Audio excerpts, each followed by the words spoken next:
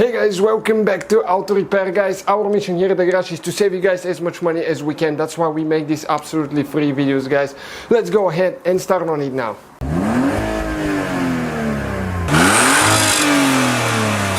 Hey guys, welcome back to Auto Repair guys. In today's video we'll be working here on the Ford Fiesta MK7 ST guys. And we'll show you how to remove and replace tensioner pulley. We're talking about the Serpentine belt tensioner pulley, okay, this one right here. So as you can see, we did quite a bit of disassembly. Just a quick intro guys, we will be taking the whole car apart on Auto Repair guys, our channel.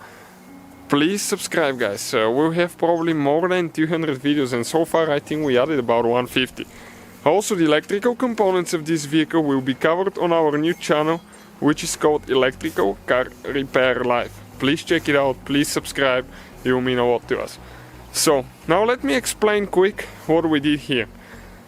I've heard that people try to do it without removing the engine mount.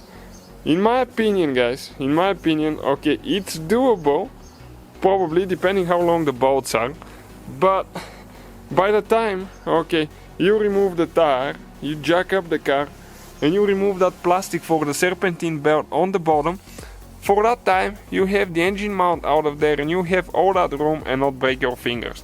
So we're going to go the long route. In my opinion, that's easier.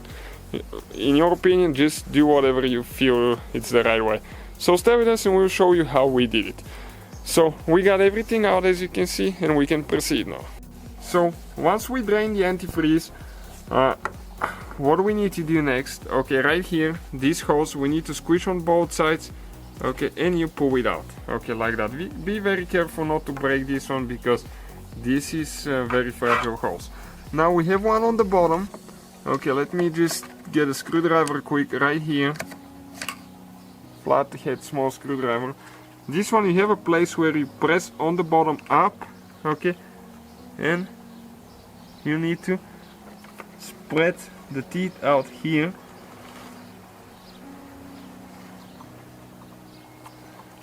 Okay, to get it out, almost out. I just don't want to break it, so I'm taking my time. Okay, this one came out.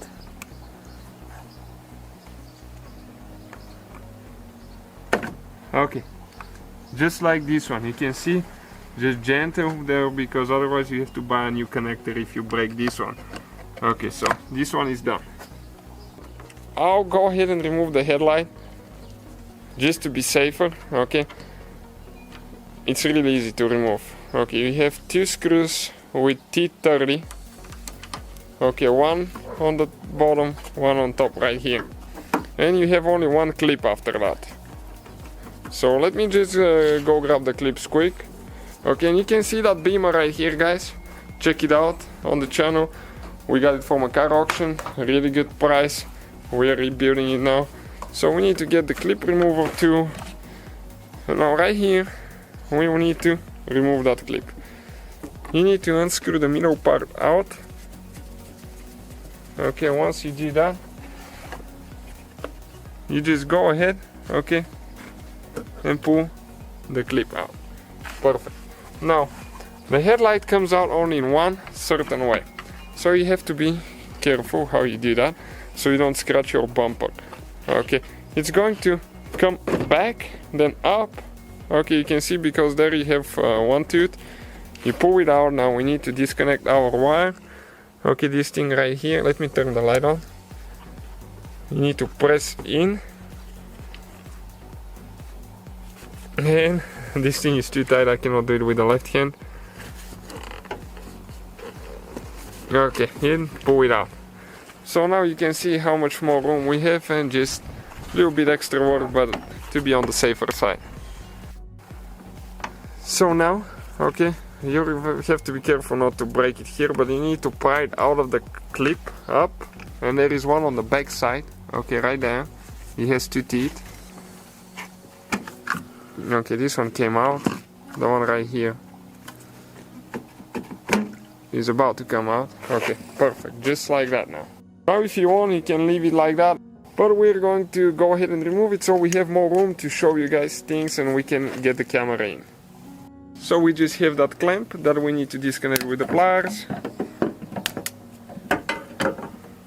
Okay, now need to twist the hose, and this one is stuck pretty bad, so we're just going to twist it left and right with the pliers, but be very careful not to damage anything, crack anything or damage your hose.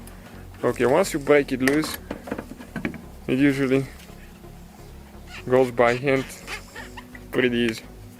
Perfect. So now we're going to get the jack with a wood block on the bottom so we can support the engine, because when we remove the engine mount, otherwise the engine will drop and you're going to cause quite a bit of damage. So we need to support it on the oil pan. Okay, just like that. Never ever put too much pressure and always use a wood block, otherwise you will crack that aluminum oil pan, and that's quite a bit of money, and if you don't notice it, leak the oil out, you need a new engine. So now for the engine mount we'll need 18mm socket, and we'll need to start removing the bolts, the nuts on top. And it's very important that you support the engine on the bottom, otherwise you can cause quite a bit of damage.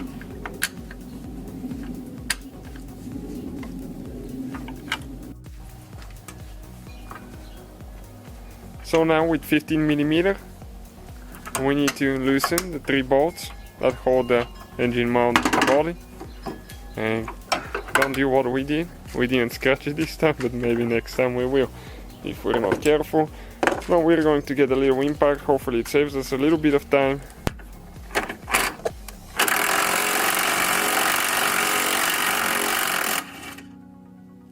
Okay, one is out.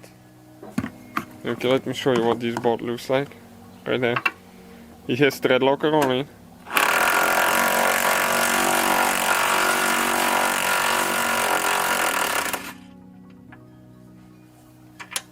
Second one out. Third one. Now we need to get the 18mm and we'll need to remove the 3 nuts. That bolt right there, you can remove it later if you need to replace just the mount, if it doesn't come with a bracket on top. That's the only thing that will be holding it. Okay, we'll need to use an extension here because otherwise we'll not be able to fit through the AC line.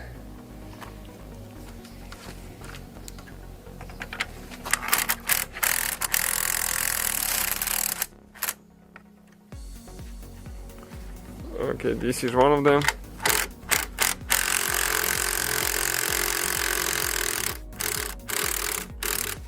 We'll need to go ahead and pump the jack one more time to go up, because you can see the engine started dropping because all that weight is on the suspension.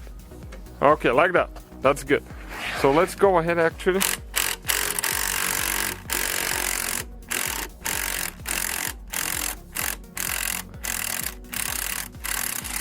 Okay, you can see we even could have done a little bit more pumping. So we'll bring it up a little bit more. Okay, that's good. Now we can go ahead and pull the whole mount out of the way. Okay, so now with 17mm, okay, we're going to get a box wrench because it's lower profile and it fits there.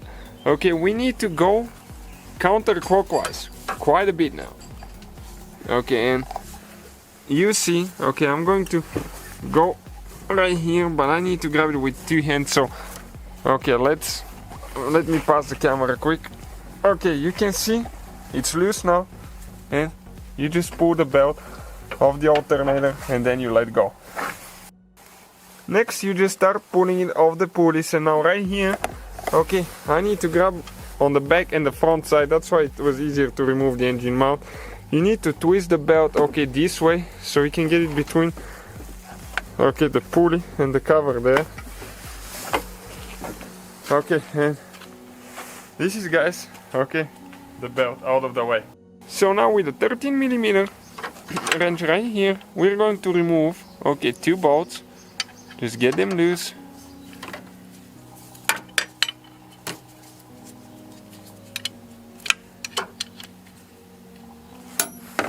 And it already got loose, so you can kind of like wiggle it a little bit until you find a loose spot for the bolts, so you can take them off by hand.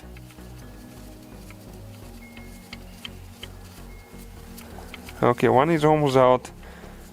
In my opinion, you won't be able to do it without a mount. I don't know. You can see pretty long bolt. Now one more. This one is still pretty tight.